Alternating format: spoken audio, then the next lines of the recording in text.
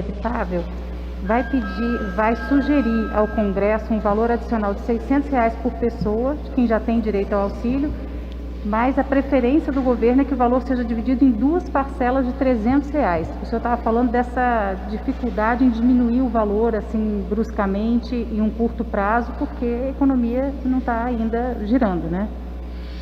Olha, a gente sabe das dificuldades, entende a preocupação do governo e gostaria de ter uma posição oficial do governo, que o governo encaminhe a matéria ao parlamento para que a gente possa fazer o debate, né, e fazer um debate transparente. Nós temos, pelo que eu tenho ouvido dos parlamentares, uma visão da importância do programa, da manutenção do valor por algum período, mas sabemos que existe um custo. Então, a construção da manutenção do valor por algum período, ele precisa estar baseado também em construir as condições de forma coletiva, a equipe econômica com o parlamento. Por isso que eu tenho defendido que o governo comece a fazer esse debate de forma oficial, até para que a equipe econômica, o secretário Mansueto e os outros técnicos do governo mostrem o tamanho, né, da despesa que está sendo criada de forma correta, e todos nós estamos apoiando. A PEC da regra de ouro é uma prova disso,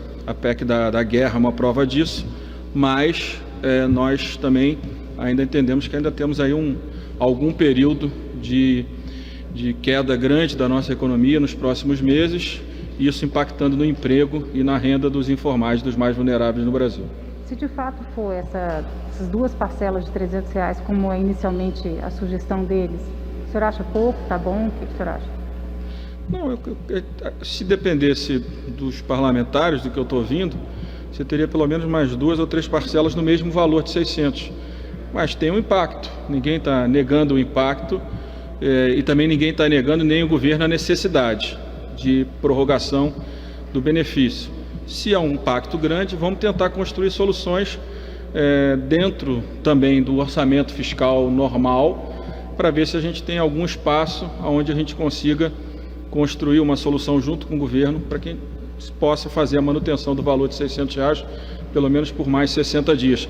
Mas acho que tem que ser feito um debate aberto, transparente. Aqui todos estão com o mesmo objetivo, que é, no caso específico da renda mínima, conseguir garantir a renda mínima para uma base importante, né, de milhões de brasileiros que da noite para o dia perderam todas as condições de gerar renda para as suas famílias. Só mais uma pergunta. Inicialmente, quando se falou em auxílio emergencial, o Paulo Guedes falou em R$200. Aí vocês tomaram a frente aqui, porque eles demoraram para mandar a proposta e acabaram emplacando esse valor de R$600. Agora, diante dessa demora do governo em se posicionar oficialmente, afinal, como vai ser a extensão, qual é o valor que vai ser pago depois que terminarem os 3 meses, corre esse risco novamente do Congresso ter que tomar a iniciativa para propor como é que vai ser daqui para frente? O Congresso pode tomar iniciativa, mas é bom que o governo tenha uma posição clara para a gente saber em que condições que nós estamos trabalhando, em que condições de impacto fiscal. A PEC da guerra abre as condições para que o governo possa realizar esse gasto, mas todos nós sabemos que o nível de endividamento do governo federal é o nosso limite, né? Qual é a capacidade do governo emitir dívida e financiar essa dívida no mercado financeiro. Esse é o nosso limite, o limite de que nos próximos anos essa dívida o Brasil vai ter condição de, no mínimo, controlá-la, para que ela não saia de controle e isso gere um impacto ainda mais negativo na economia brasileira. Bom dia, presidente. Tem os destaques que vão ser votados hoje, mas tem também, está sendo discutido na Câmara, diversas MPs, 2 delas que são bastante importantes para o contexto econômico da pandemia, a 944 e a 927.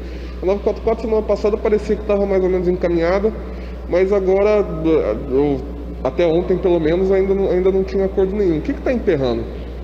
Não, ainda não tem relatório, mas também não, como nós temos a 923, a 927 e a 932, que são anteriores a ela, então vamos ver se a gente consegue tirar essas 3 da frente. Na 927 nós estamos tentando fechar um texto, inclusive dialogando com todos os partidos, porque nós temos alguns problemas que estão impactando alguns setores na economia. Nós estamos, apesar de eles estar atrás de temas que estavam na 905, Nós estamos tentando construir uma redação junto com todos os partidos, com os partidos de esquerda, com todos os partidos, para que a gente possa votar a 927 e resolver alguns problemas que estão acontecendo, de fechamento de plantas, etc., e que precisam de alguma solução. Então, acho que a 923 e a 932 estão com uma condição melhor, e nós vamos tentar ainda a 927. A 944 fica para terça-feira. De fato, ela é importante. A 975 foi editada, resolve, parece que, alguns problemas, segundo a assessoria da Câmara me informou, mas nós precisamos, de fato, votar a 944, porque tem um bom avanço do relator Zé Vitor, com o secretário Esteves, aumentando o valor de 10 milhões para 50 milhões de faturamento. Então, ela ir melhorando, né, as regras para que o dinheiro que está parado hoje, essa autorização desses 40 bilhões da 944, possa ser, de fato, utilizado pelas micro, pequenas e médias empresas. Nós sabemos que hoje o nosso grande drama, além, claro, da questão da área de saúde, é que esses projetos, esses programas de capital de giro para as empresas, eles não têm chegado nas empresas que estão precisando de forma urgente. É isso que eu queria perguntar, porque o motivo para não ter chegado, que tem sido apontado, é o fato de 15% do risco ser dos bancos. Isso está sendo mexido nessa conversa da medida provisória? Nós estamos tentando construir uma... A pressão era para que 100% do risco fosse do Nós estamos governo. tentando construir uma redação, temos, parece que, alguma dificuldade no BNDES, mas nós esperamos que o relator e o governo cheguem a um texto, porque senão haverá uma emenda no plenário e vai se aprovar. O governo tem muita preocupação de ficar com 100% do risco, porque acredita que ninguém vai pagar os empréstimos. Eu penso diferente. Eu acho que ninguém, né, as empresas que sobreviverem, e esse tem que ser o nosso objetivo, salvar as empresas também. Claro que aquela empresa que for salva, ela vai pagar o empréstimo dela, que ela não vai querer ficar com o nome dela sujo, né? Eles acham isso porque viram projetos do passado, no governo Dilma, que acabou que a inadimplência foi quase de 100%. Mas eu acho que esse é um momento diferente, é um momento excepcional, e essa necessidade é urgente. Está se tentando construir uma solução de redação, né, onde a parte do governo, né, a parte dos 85%, que o governo é o responsável, é o garantidor, seja utilizada antes dos 15% dos bancos para ir se liberando. Mas parece que o BNDES tem alguma dificuldade, mas alguma solução vai ter que ser encontrada, não é possível, porque não vai ter muita alternativa. Ou vai ser uma construção que melhore a redação da medida provisória, ou em algum momento o governo vai ter que fazer aporte nas empresas a fundo perdido, que não é o melhor caminho. O melhor caminho é que, com capital de giro, com juros baixos, apenas a transição da Selic para o CDI, para que você possa garantir algum capital de giro mínimo, urgente, para as empresas. Por exemplo, essa semana saiu uma matéria mostrando que os hospitais, os pequenos e médios, daqui a pouco vão começar a ter dificuldade de continuar funcionando. E é uma área essencial, mais do que essencial, é a área mais importante. Então, garantir capital de giro para hospitais pequenos, médios, é fundamental para que eles possam continuar atendendo a sociedade nesse momento. Obrigado. Presidente, ontem o presidente Jair Bolsonaro vetou aquele projeto de lei que previa um repasse de quase 9 bilhões de reais para medidas de combate ao novo coronavírus. O presidente Davi Alcolumbre, do Senado, comentou que teria uma sessão, que queria fazer uma sessão do Congresso na semana que vem para poder analisar esses vetos. Como vai acontecer? Já tem algum sistema para poder acontecer essa análise desses vetos? Já fizemos sessão do Congresso. Agora é uma questão de decisão do presidente do Congresso de chamar a pauta e votar alguns vetos que estão parados na Câmara e que são no Congresso, que são urgentes. Esse é um, os do programa de micro e pequenas empresas é outro, né, que os deputados também estão, certamente como senadores, estão cobrando muito a votação desses vetos. Até porque é um recurso que existe, ninguém está querendo ampliar a despesa, está querendo pelo menos pegar a despesa, né, os recursos que já existem, e alocar diretamente para estados e municípios na área de saúde. Em relação àquele projeto das fake news, ficou de ser construído um texto em conjunto, né, entre a Câmara e o Senado. Ele deve ser votado somente depois do julgamento daquele inquérito das fake news? Eu espero que ele seja votado na próxima semana. Eu combinei com alguns deputados hoje que a gente tente construir um texto até amanhã, e com esse texto a gente peça uma reunião ao presidente Davi, aos senadores, e mostre qual é uma posição que tem alguma harmonia na Câmara de Deputados. Estamos tentando construir isso entre hoje e amanhã à noite, para no final de semana apresentar uma pré-proposta, claro, vamos ouvir os líderes, sendo uma proposta que tem um apoio majoritário na Câmara. Não podemos esquecer que todo projeto tem risco de veto, e com risco de veto é importante, principalmente num tema como esse, que precisa de uma decisão, que Câmara e Senado estejam trabalhando de forma harmônica em relação ao tema da fake news. Obrigada. Presidente, bom dia. Em relação a esse projeto das fake news, ontem o líder do PP aqui na Câmara, o deputado Arthur Lira, defendeu que essa redação seja ali consensual também com o Judiciário e Governo. O senhor acha que há caminho para isso? E também falando dessa questão de vetos da 936, que vai ser votada hoje no Senado, o governo tem a intenção de tentar reverter aquela prorrogação da desoneração da folha. Como é que o senhor vê isso também? Olha, eu acho que o texto tem que ter a harmonia entre Câmara e Senado, primeiro, claro. Claro que o governo participa dos debates, porque tem partidos que fazem parte da sua base, tem o líder do governo na Câmara e no Senado que vão dialogar e tentar construir um texto, né? Óbvio que o judiciário, os juristas e os próprios ministros do Supremo muitas vezes são consultados para dar opinião, às vezes acontece isso, mas o importante é a harmonia entre as duas casas e a gente construir um texto mais do que harmonia com os outros poderes, com harmonia com a sociedade. A sociedade não quer mais fake news, mas a sociedade quer liberdade para divulgar suas informações através das plataformas, né? Informações verdadeiras, né? Então a gente tem que saber separar o limite, né? Respeitar a liberdade de expressão, a liberdade de imprensa, para que a gente não atinja essa parte, mas ao mesmo tempo 90% do Brasil também, mas quase 100% da sociedade, 90% da sociedade não aceita mais que seja enganado, né, por alguns que insistem em construir uma indústria, uma fábrica, uma usina de fake news para difamar a imagem de terceiros.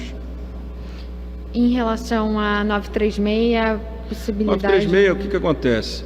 Nós tínhamos no governo do presidente Michel construído um texto numa medida provisória, que o deputado Rolando foi relator, acabando esse ano com a desoneração, são 17 setores. Havia um debate aqui para que se prorrogasse isso por 2 anos. Né? O que nós fechamos como acordo na Câmara foi que nós deveríamos apenas trabalhar a prorrogação de 1 ano. Por que 1 ano? Porque ninguém tinha a previsão no final de 2018 do que nós íamos passar em 2020. Então, o que vai acontecer se acabar essa desoneração? 17 setores vão ter, de 2020 para 2021, um aumento do impacto do seu custo de mão de obra em 10 bilhões de reais. Esse é o custo total dos 17 setores. Então, significa que no momento que ainda nós estaremos numa crise econômica profunda, 17 setores vão ter um aumento do custo da contratação de mão de obra de 10 bilhões. Então, nós achamos na discussão que era razoável que a prorrogação fosse apenas por 12 meses, porque isso tinha relação direta com a crise. Quando você entrava no outro ano, em 2022, você já estava muito distante dessa crise de 2020. Aí apareceu um benefício para esses 17 setores em relação aos outros setores que já tinham saído anteriormente e outros que não entraram, então, no passado.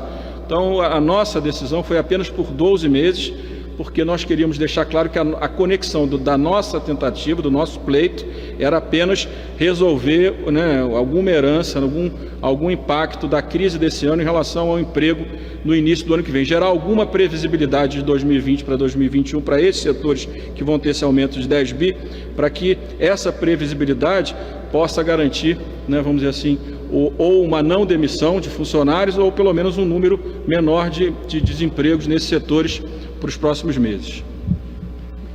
Bom dia, presidente. 2 perguntas de ordem mais interna da Câmara. Até ontem foram realizadas pelo menos 35 sessões virtuais. Existe alguma previsão para que essas sessões presenciais aconteçam, já que alguns comércios já estão retornando, inclusive em Brasília? Já foi comentado alguma coisa do ponto de vista das lideranças dessa questão? Tem líderes querendo voltar, outros entendendo que é difícil. Nós dependemos de uma análise técnica, científica. Acho que a diretoria-geral deve estar fazendo esse debate dentro da diretoria da Câmara, com a primeira secretária, para que a gente possa sentar e encontrar os caminhos para voltar às sessões presenciais. Não acredito que seja no mês de junho, começando por um problema grave que nós temos, que é a malha aérea. A malha aérea voltou apenas 17% em relação a maio. Nós não podemos esquecer que toda a concentração de voos no Brasil, quase metade da concentração de voos, 40% da malha aérea começa em São Paulo. Então, os voos estão indo para São Paulo, do Nordeste, do Norte, para depois voltar para Brasília. É uma circulação de gente. Brasília tem uma situação boa em relação ao coronavírus, em relação a outras cidades, porque o governador faz um bom trabalho e porque também o Congresso começou o isolamento cedo, o que reduziu muito rápido a circulação de pessoas, e não podemos esquecer que essa circulação de pessoas é o que leva e traz o vírus. Então nós não podemos de forma nenhuma colocar de forma irresponsável a vida dos parlamentares e, claro, dos nossos funcionários em risco, né? Então nós vamos precisar fazer um debate interno, ouvindo a diretoria da Casa, para ver quando e em que condições que nós vamos poder voltar a ter reunião presencial na Câmara dos Deputados. Em julho seria uma data razoável? Pode ser, para começar, não sei. Vamos começar a debater. Eu não gosto de falar data, eu não tenho como cravar uma data, então fica difícil organizar essa data sem dados mais sólidos. Mas eu acredito que nas próximas semanas a gente vai avançar nesse debate e no final do mês a gente vai ter uma condição de sentar com os líderes e discutir e construir em conjunto com todos os partidos uma solução para esse tema. Uma outra questão interna seria a constituição dos membros das comissões permanentes. Isso estaria vinculado a esse retorno presidencial do plenário? Acredito que sim. A volta das comissões, ela tem uma relação direta com as votações presenciais. Nós vamos ter muita dificuldade de construir uma solução, até porque muitos servidores estão trabalhando de forma remota, construir uma solução de votação remota para todas as comissões que a Câmara tem. Presidente, duas questões. Uma em relação a uma iniciativa de um parlamentar do PSD de um projeto de refinanciamento de débitos tributários durante a pandemia. O líder Arthur Lira e outros líderes apresentaram ontem um requerimento de urgência, mas aliados do senhor acreditam que esse tipo de discussão nesse momento é prematuro, porque não dá para entender qual que é o tamanho do problema, o cenário, ter um cenário mais claro em relação a esses débitos. Queria saber se o senhor chegou a ser consultado sobre esse requerimento de urgência que eles iam apresentar e se o senhor entende também que seja prematura esse tipo de discussão. Não, eu não fui consultado, nem preciso ser consultado. A discussão depois vem na reunião de líderes, com a minha presença. O que eu acho é que nós deveríamos aproveitar a crise, e ela nos gera algumas oportunidades, para fazer uma discussão mais ampla a partir do mês de julho, primeiro de forma virtual e depois presencial, fazer uma grande discussão da questão da reforma tributária e dentro dela discutir um último refis. O refis é um instrumento ruim, né? É um instrumento que, feito a cada 2, 3 anos, gera sempre, né, uma impressão, uma sinalização que as pessoas podem, né, deixar de contribuir e lá na frente vai ter uma solução. É claro que não é o caso de agora todo mundo sabe que alguma solução vai ser necessária, mas acredito que de repente dentro do debate da reforma tributária a gente tem a condição de dar uma solução para todos aqueles que ficaram sem condição de pagar os seus impostos e ao mesmo tempo aprovar um novo sistema tributário com transição. Claro, vocês conhecem a proposta em relação a bens e serviços, mas talvez esse seja o melhor momento, retomar logo no início de julho o debate da reforma tributária e junto com ele introduzir essa discussão, né, da questão do refis, porque aí fica uma questão organizada. Você organiza o sistema tributário, faz um último refis, até porque o governo, na medida provisória 899, criou condições de acordo tributário entre o governo e os contribuintes de forma permanente naquela medida provisória. A minha última questão é em relação à produtividade aqui na Câmara. Nas últimas semanas a gente via a aprovação de várias MPs na mesma semana. Essa semana a produtividade caiu bastante. A gente teve o projeto que prioriza as mulheres chefes de família no auxílio emergencial na terça-feira e ontem teve o início da votação do MP dos sorteios. A que o senhor atribui essa queda de produtividade nessa semana? Não é queda de produtividade, é porque tem momentos que você tem projetos com relatório organizado, outros momentos não. Produzir não necessariamente é produzir bons projetos. Então, se nós temos relatórios organizados, com apoio de todos os partidos, de 5, 6 matérias, a gente organiza e vota com muita celeridade. Às vezes tem matérias que tem mais dificuldade, a 923 tem mais dificuldade, a 932 o governo ontem tinha dificuldade em relação ao texto do relator e pediu 24 horas.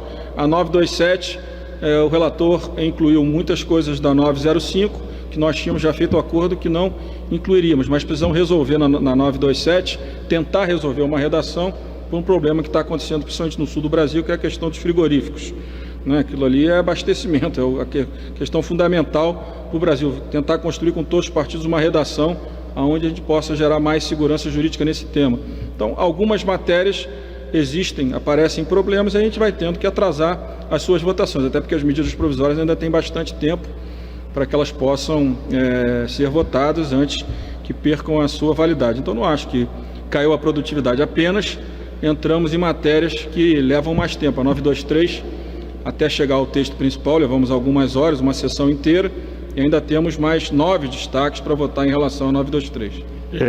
Só complementando, é porque na semana passada teve a aprovação da 936, que é um tema bastante polêmico e que tinha muita divergência, e os senhores conseguiram aprovar com celeridade. Porque o relator foi competente e conseguiu construir dentro do texto, incluir demandas de partidos de todos os campos políticos da Câmara dos Deputados, ficando um número pequeno de destaques para voto. Acho que nós temos 5, 6 destaques para voto. Só nessa agora são 10 destaques. Cada destaque, com uma orientação, leva 25 minutos, 25, 30 minutos. Fora todo o debate inicial da matéria, o relator pediu um tempo para apresentar o parecer das emendas, então acabou atrasando a votação de ontem por isso. Mas não acho que a gente tenha perdido produtividade. Produtividade, ela existe quando a gente vota de forma organizada, estudando os projetos, que aliás foi uma demanda de muitos parlamentares. Às vezes, com muitas matérias, os parlamentares às vezes não conseguem analisar com cuidado cada um dos textos e acaba que muitas vezes alguns deputados estavam reclamando que matérias passavam sem uma análise profunda, gerando às vezes uma discordância em relação ao mérito do que a Câmara aprovou. Presidente, só uma última pergunta. O senhor falou da possibilidade de abrir brecha ali a partir de julho durante a reforma tributária, a questão do refis.